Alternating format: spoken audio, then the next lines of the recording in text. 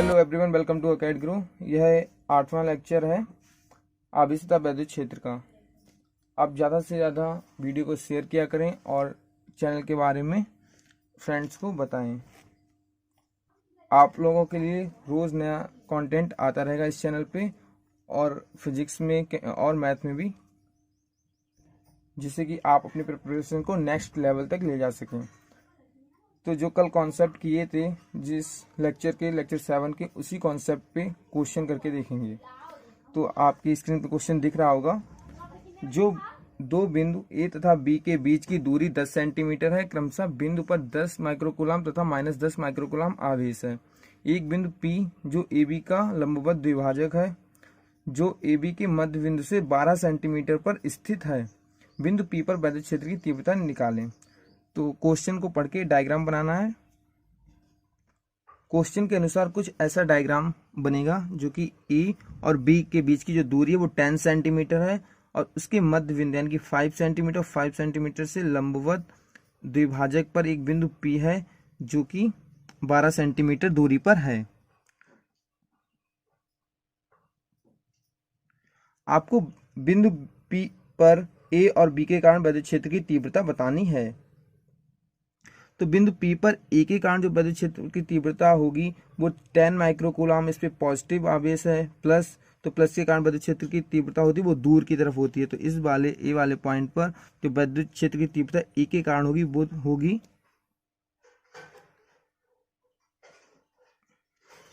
ई ए, और बी के कारण जो वैद्युत क्षेत्र की तीव्रता पी वाले पॉइंट पे होगी वो होगी माइनस आवेश है। तो माइनस आवेश के कारण उसी की तरफ होती है, माइनस आवेश की तरफ। तो इसकी जो वैद्युत क्षेत्र की तीव्रता होगी वो होगी ई बी। ई ए का परिमाण निकालने के लिए इस वाले लंबाई की आवश्यकता होगी। यहाँ से इसकी दूरी कितनी है, तो इसके लिए पाइथागोरस प्रमेय लगाएंगे। ये 5 सेंटीमीटर, ये 12 सेंटीमीटर। तो ए और पी की लंबाई हो जाएगी, जो ए पी की लंबाई होगी वही बी पी की लंबाई होगी।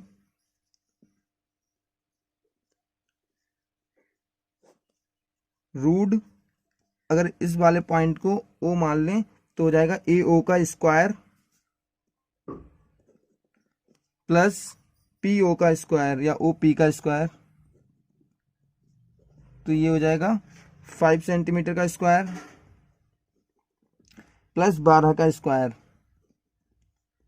तो ये आपका आ जाएगा 25 plus 144 equal to 169 equal to 13 centimetre. जो परिमाण माइनस और प्लस क्या बताते हैं, सिर्फ दिशा को बताते हैं। जो परिमाण ई ए का और ई बी का निकलेगा वो सेम निकलेगा, क्योंकि ये 10 माइक्रोकूलम है, ये भी 10 माइक्रोकूलम है। तो ई ए और ई बी का परिमाण क्या हो जाएगा, ये क्या है, बिंदु। तो बिंदु आवेश के कारण वैद्युत क्षेत्र की तीव्रता, क्योंकि बिंदु आवेश है ए पर 10 माइक्रोकूलम और बी पर 10 माइक्रोकूलम, तो बिंदु आवेश के कारण वैद्युत क्षेत्र की तीव्रता का फॉर्मूला होता है जो कि ड्राइव किया था 1/4πε0 Q/r²। तो इन दोनों के बीच की दूरी निकाल ली है, वो 13 सेंटीमीटर और ये भी 13 सेंटीमीटर है। तो यहाँ पे फॉर्मूला पुट करेंगे। परिमाण दोनों का सेम होगा, ई ए का ई बी का, तो इसे ई बी भी लिख लेंगे। तो ये आ जाएगा आपकी, इसकी वैल्यू होती है 9 × 10⁻⁹, और क्यू कितना है 10। माइक्रो के लिए लिखते हैं 10⁻⁻6 कूलम। आर के लिए 13 सेंटीमीटर, और सेंटीमीटर को मीटर में कन्वर्ट करेंगे क्योंकि एसआई यूनिट में क्वेश्चन को सॉल्व करते हैं। तो 10⁻⁻2 का स्क्वायर। तो यहाँ से इसकी वैल्यू आ जाएगी ई बी की और ई ए की 9 × 10⁻⁹ क्रॉस 10⁻⁻5, क्योंकि माइनस के 6 और प्लस का 1, क्योंकि मल्टीप्लिकेशन में जो पावर होती है वो ऐड हो जाती हैं, अपॉन 169 × 10⁻⁻4। जब इसे सॉल्व करोगे तो आपका आ जाएगा 5.4 × 10⁻6, क्योंकि ये ऊपर चला जाएगा। तो माइनस का 1 और प्लस का 8, और यहाँ पे 2 जीरो बढ़ा देंगे 900 को जब डिवाइड करेंगे 169 से तो 5.4 आ जाएगा। और इसका जो मात्रक होता है वो होता है न्यूटन पर कूलम।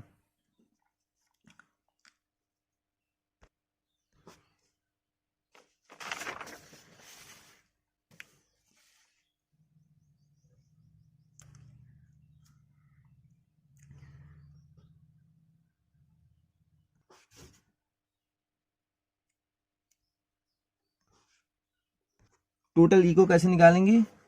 ई विद्युत क्षेत्र की तीव्रता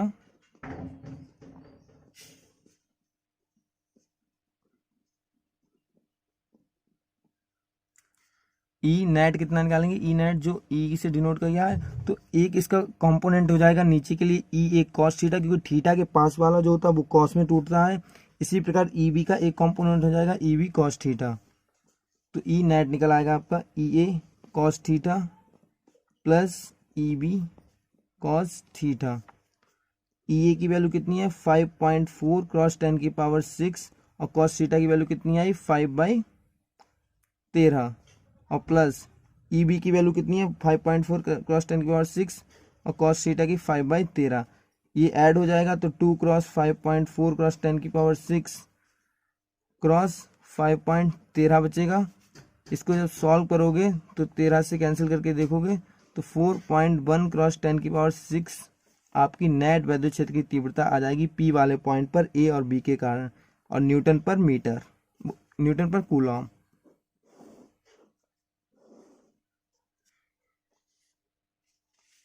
ये आंसर हो जाएगा। आप लोग भी इस क्वेश्चन को ट्राई करके देखना। जो आज कॉन्सेप्ट पढ़ेंगे वो पढ़ेंगे सीमित लंबाई के एक समान आवेशित सीधे तार के निकट विद्युत क्षेत्र की तीव्रता। अगर कोई भी वायर दे रखी है या फिर कोई लाइन दे रखी है जिस पर समान रूप से, एक समान आवेशित का मतलब है समान, उस बॉडी पर यानी उस वस्तु पर समान रूप से आवेश है वो वितरित है, तो इसी के कारण एक लाइन के कारण जो कि एक समान रूप से आवेशित है उसके निकट पर विद्युत क्षेत्र की तीव्रता क्या होती है वो आज फॉर्मूला ड्राइव करके देखेंगे। जो आपका इसमें लिखा हुआ ये सब वही लिखा हुआ जो कि डायग्राम बनाएंगे। तो एक तार है जिस पर समान रूप से आवेश है, समान रूप से मतलब छोटे छोटे अवयव डी क्यू से मिलकर पूरा तार बना हुआ है, जिस आवेश बना हुआ है इस तार का। तो छोटे छोटे जो अवयव हैं उन पर समान ही आवेश है हर एक अवयव पर। तो एक पॉइंट पी लिया, पॉइंट पी से जो तार की दूरी है वो है डी माना,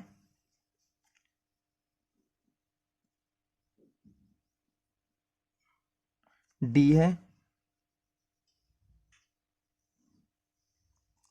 एक पॉइंट यहाँ पे P1 मान लेंगे, एक पॉइंट P2। सीमित का मतलब है कि इसकी लंबाई का पता है। तो P1 कितना है? P1 जो पॉइंट P से एक एंगल बनाएगा वो बनाएगा अल्फा, और जो पॉइंट P2 पॉइंट P से एंगल बनाएगा वो बनाएगा बीटा।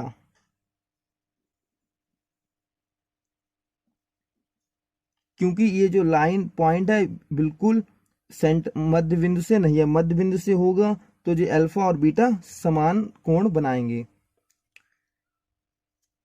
विद्युत क्षेत्र की तीव्रता निकालने के लिए इस पर एक छोटा सा पॉइंट लेंगे, छोटा सा अवयव लेंगे dx लंबाई का,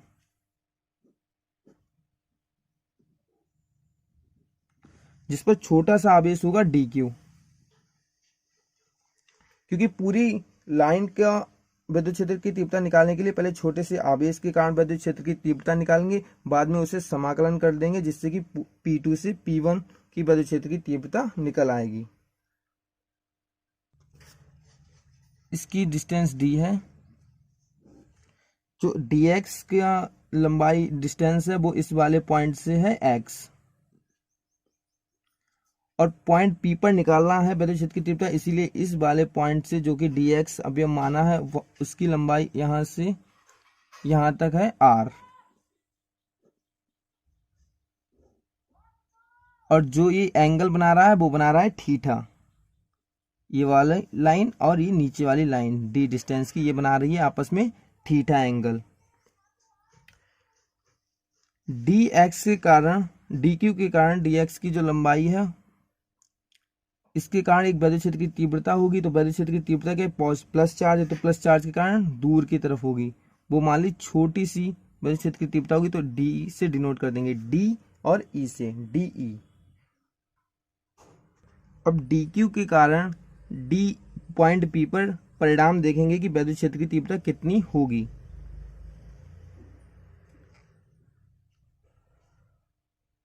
अगर ये एंगल थीटा है तो ये एंगल भी थीटा ही होगा, ये एंगल थीटा होगा।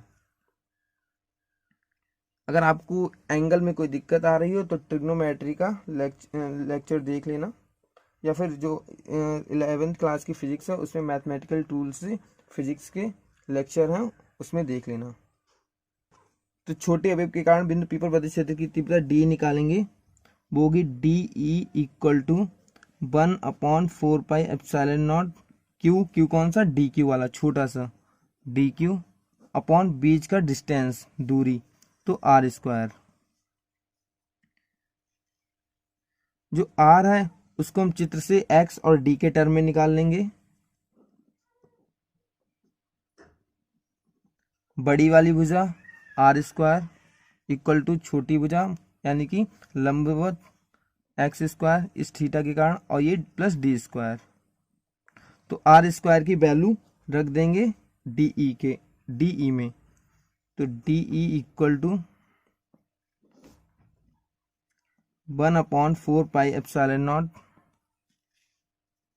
D Q upon X square plus D square. इसको समीकरण 1 डाल देंगे और डी क्यू के लिए रेखीय आवेश घनत्व निकालेंगे।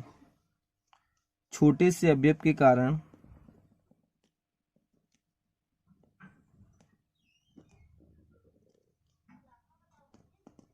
रेखीय आवेश घनत्व,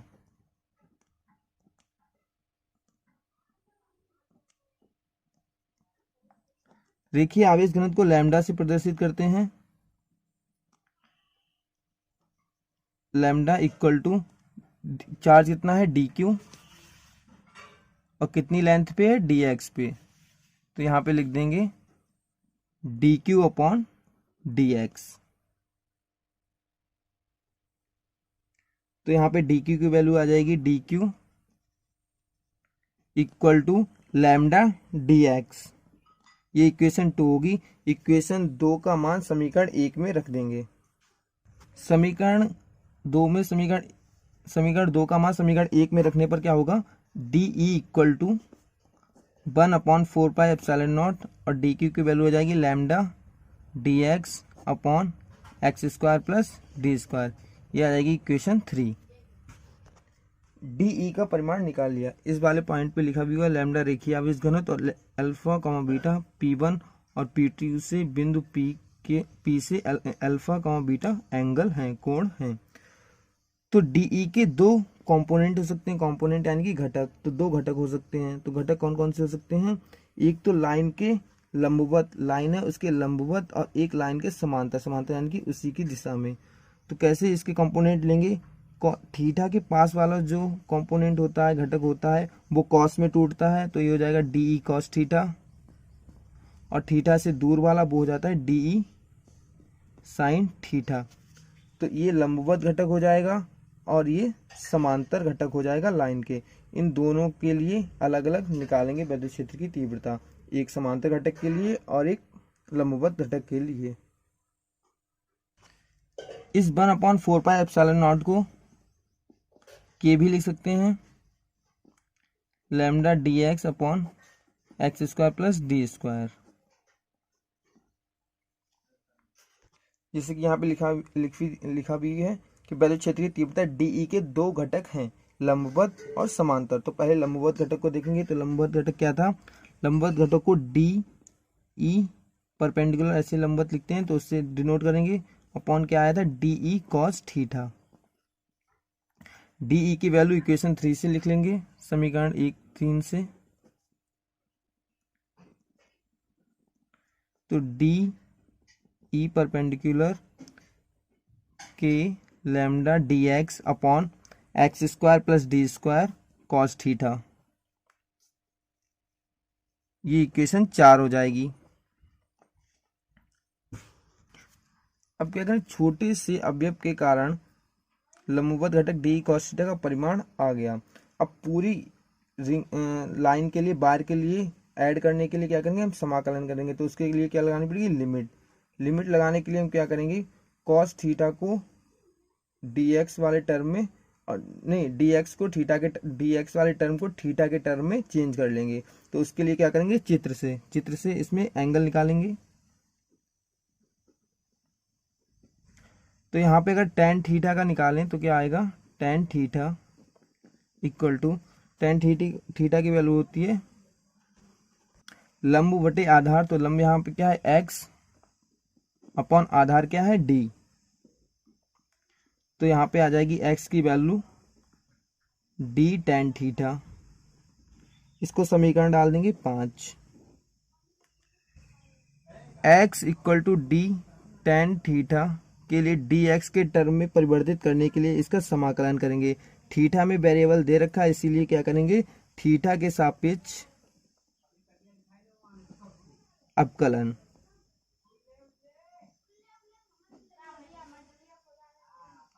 तो dx upon D theta equal to D जो कांस्टेंट है उसे बाहर ले लेते हैं, d upon D theta tan theta. तो यहाँ पे आपका आ जाएगा dx upon D theta, d और tan थीटा का जो अवकलन होता है वो होता है सेक स्क्वायर थीटा। तो वो लिख देंगे यहाँ पे dx इक्वल टू आ जाएगा d सेक स्क्वायर थीटा, और डी थीटा को उधर भेज देंगे तो ये हो जाएगा डी थीटा। इसको डाल देंगे समीकरण 6। समीकरण 5 तथा 6 का मान समीकरण 4 में रखेंगे तो आएगी value D E equal to K lambda D x, और x की वैल्यू कितनी है, डी tan थीटा। तो ये हो जाएगा D square tan square theta plus D square और कॉस थीटा, कॉस, और dx की जगह हम क्या लिख सकते हैं, D sec square theta into D theta. तो dx की जगह लिखेंगे D sec square theta into D theta, और साथ में क्या आ जाएगा, कॉस थीटा।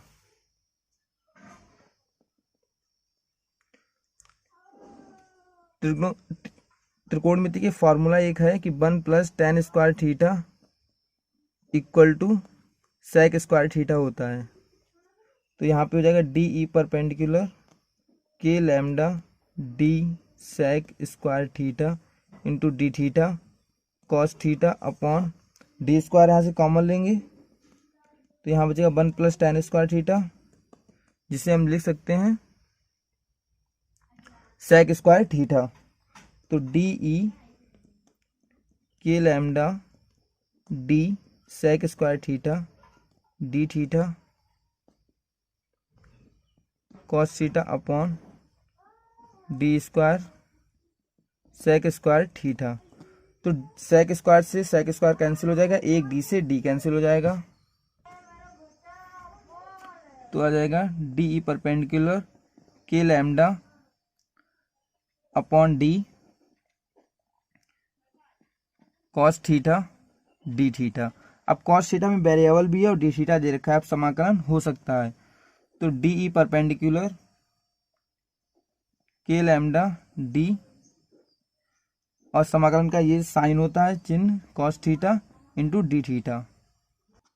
छोटे से अवयव के कारण लंबवत में हमने क्या निकाला, बड़े क्षेत्र की तीव्रता, लेकिन इस छोटे से अवयव के कारण है, इस पूरी वायर को निकालने के लिए क्या करेंगे, यहाँ से यहाँ तक क्या करेंगे, पूरी कैलकुलेट करेंगे। इसके लिए क्या करेंगे, थीटा दे रखा है तो थीटा में ही लिमिट लगाएंगे।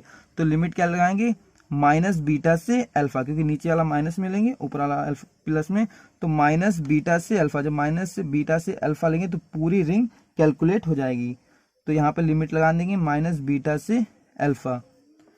तो डी ई परपेंडिकुलर है जो कि डी छोटे अवयव के कारण, अब पूरी रिंग के कारण, पूरी वायर के कारण हो जाएगा के लैम्डा डी कॉस थीटा का जो समाकलन होता है वो होता है साइन थीटा माइनस बीटा से अल्फा। फिर क्या करते हैं, E perpendicular equal to K lambda D upper limit minus lower limit. तो थीटा की जगह क्या लगाएंगे, अल्फा और बीटा एंगल, तो sine alpha minus sine minus beta.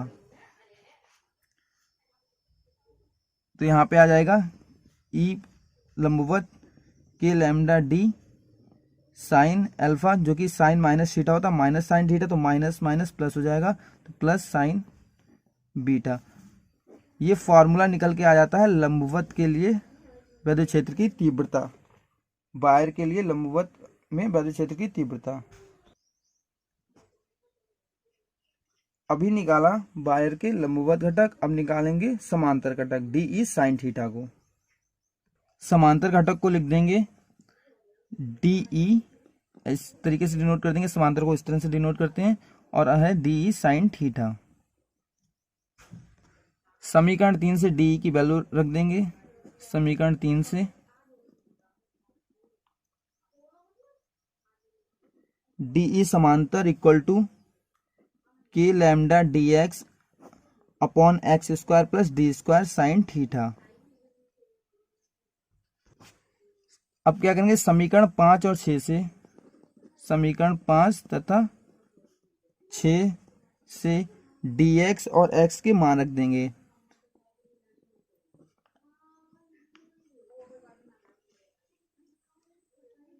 D E समांतर equal to K lambda D sec square theta D theta upon D square tan square theta plus D square sine theta. D E समांतर equal to K lambda D sec square theta D theta upon D square को common लेंगे तो 1 plus tan square theta sine theta. तो 1 plus tan square theta होता है D E समांतर equal to K lambda D sec square theta D theta D square 1 plus tan square theta होता है sec square theta और sine theta. Sec square theta से sec square theta cancel हो जाएगा और यहाँ बचेगा ई समांतर के लैम्डा, एक डी से डी कैंसिल हो जाएगा, सेक स्क्वायर थीटा से सेक स्क्वायर थीटा कैंसिल हो जाएगा, इधर बचेगा के lambda upon D sign theta D theta.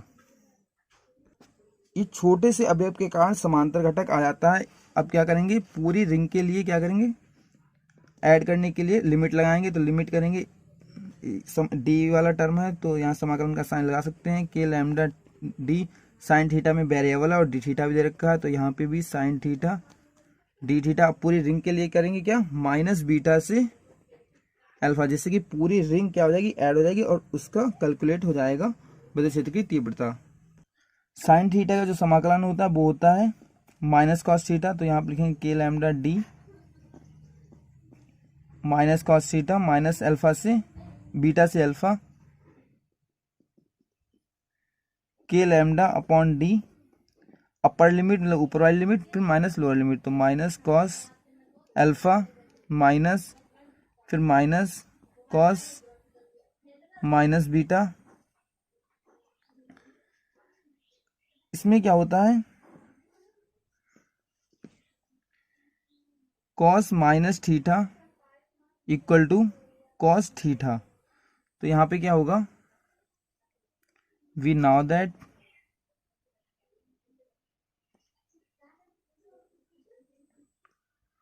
तो यहाँ लिखेंगे डी समांतर equal to K lambda upon D, ये हो जाएगा minus cos alpha minus cos minus beta, क्या हो जाएगा कॉस बीटा, तो ये माइनस माइनस माइनस प्लस हो जाएगा कॉस बीटा।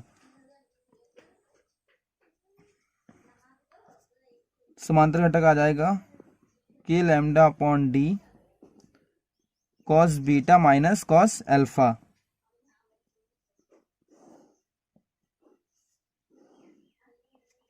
तो तार के कारण दोनों ही कंपोनेंट निकाल लिए घटक, एक लंबवत घटक और समांतर घटक। समाकलन इधर भी हो जाएगा और इधर भी, तो ये डी वाला कंपोनेंट हट जाएगा और संपूर्ण रिंग के कारण, वायर के कारण विद्युत क्षेत्र की तीव्रता निकल आएगी। इसके दोनों घटकों के फार्मूले निकाल लिए हैं। अब इसी से एक केस बन जाता है क्या, यदि अनंत लंबाई का तार हो तो उसके कारण विद्युत क्षेत्र की तीव्रता क्या हो। तो अनंत के लिए क्या होगा, डैश डैश से प्रदर्शित कर देंगे कि अनंत तक तार है। तो इसका एक घटक हो जाएगा लंबवत और इसका एक हो जाएगा समांतर। तो अगर लंबवत हो तो क्या होना चाहिए, इसके जो एंगल होने चाहिए अल्फा और जो बीटा। तो अगर लंबवत हो बिल्कुल अनंत तक जाए तो अनंत तक इसका एंगल होना चाहिए π/2, मतलब कि 90। आपको फील भी आ रही होगी कि बिल्कुल 90 का एंगल होना चाहिए, तभी ये कभी भी नहीं मिलेंगे और जो आपका तार होगा वो अनंत का होगा। π/2 दोनों एंगल होने चाहिए। तो इस जो अभी फॉर्मूले निकाले उनसे क्या करेंगे, लंबवत घटक और समांतर घटक निकालेंगे, जिससे नेट वैद्युत क्षेत्र की तीव्रता निकल आएगी ई नेट, क्योंकि इसका जो सदिश योग करेंगे तो उससे नेट वैद्युत क्षेत्र की तीव्रता निकल आएगी अनंत लंबाई के तार के लिए। तो ई लंबवत क्या हो जाएगा, k λ/d साइन π/2, अल्फा की जगह π/2 प्लस साइन π/2। π/2 का जो मान होता है वो होता है 1, तो 1 + 1 ई लंबवत आ जाएगा 2k λ/d। फिर समांतर घटक भी निकालेंगे, समांतर घटक। तो समांतर घटक के लिए भी लिखेंगे k λ/d cos बीटा की जगह π/2 माइनस cos π/2। cos में π/2 की वैल्यू होती है 0, तो ई समांतर आ जाएगा 0। तो आप ई नेट जब निकालोगे, ई नेट तो वो आ जाएगा ई परपेंडिकुलर का स्क्वायर, ई इन्फिनिटी समांतर का स्क्वायर। तो इसके लिए आ जाएगा 2k λ/d का स्क्वायर और ये समांतर वाला हो जाएगा 0। तो ई नेट हो जाएगा, इसका स्क्वायर ये तो 0 ही हो जाएगा और स्क्वायर हट जाएगा, रूट है, तो ये हो जाएगा 2k λ/d। तो अनंत तार हो तो उसके अनंत तार के कारण वैद्युत क्षेत्र की तीव्रता किसी भी पॉइंट पे निकालते हैं तो वो आती है 2k λ/d, ये उसका फॉर्मूला आ जाता है। एक केस देखेंगे, यदि अर्ध अनंत लंबाई का तार हो, वो था अनंत लंबाई का मतलब ऊपर से भी अनंत नीचे से भी अनंत, ये क्या अर्ध मतलब ऊपर अनंत है और इस वाले पॉइंट से वैद्युत क्षेत्र की तीव्रता निकालनी है आपको। इसके लिए क्या होना चाहिए, अनंत होना चाहिए। तो अनंत के लिए ऊपर से जो एंगल होना चाहिए जो अल्फा वो होना चाहिए π/2, तभी वो अनंत पे होगा, क्योंकि वो कभी मिलेगा ही नहीं इसलिए अनंत। जो बीटा वाला एंगल होना चाहिए वो होना चाहिए 0, क्योंकि आधा है, क्योंकि आधी लंबाई से तो इधर तार ही नहीं होगा, अर्ध मतलब होता है आधा। तो अल्फा आपका होना चाहिए π/2 और बीटा होना चाहिए 0 एंगल।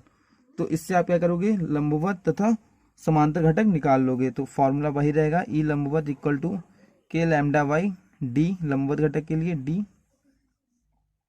साइन अल्फा का मान π/2 अल्फा के लिए और बीटा के लिए 0।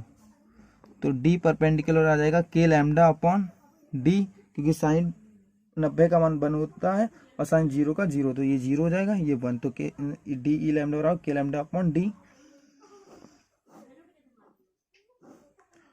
अब निकालेंगे समांतर घटक।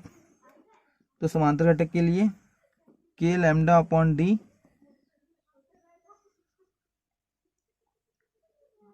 cos बीटा, तो cos बीटा का मान 0 माइनस cos अल्फा का मान कितना π/2, तो π/2 क्या हो जाएगा 0, क्योंकि cos 0 का मान 1 होता है 90 का 1। तो d ई परपेंडिकुलर आ जाएगा k λ/d। तो आपका समांतर घटक आ गया और लंबवत घटक आ गया। ई नेट निकालेंगे तो टोटल वैद्युत क्षेत्र की तीव्रता कितनी होगी इस वाले पॉइंट पे, लंबवत का स्क्वायर समांतर का स्क्वायर, उन दोनों का मान रख देंगे, k λ/d का स्क्वायर प्लस k λ/d का स्क्वायर,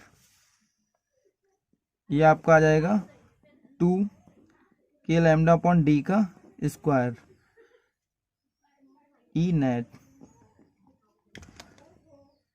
जब ई नेट हटेगा तो ये आ जाएगा √2k λ/d। अतः ये अनंत लंबाई का तार के कारण विद्युत क्षेत्र की तीव्रता का फॉर्मूला आ जाता है E net equal to √2/k lambda. आज के लिए यही, अगले कॉन्सेप्ट को नेक्स्ट लेक्चर में समझेंगे। आप लोग वीडियो को ज़्यादा से ज़्यादा शेयर करें, सब्सक्राइब करें और लाइक करें। और वीडियो के जो नोट्स हैं वो आपको डिस्क्रिप्शन में मिल जाएंगे। इस लेक्चर के नोट्स, हर लेक्चर के नोट्स उसके डिस्क्रिप्शन में हैं। आप लोग उस लिंक पे क्लिक करना, आप लोगों को मिल जाएंगे, वहाँ से आप डाउनलोड भी कर सकते हो। Thank you for watching this video. Thank you.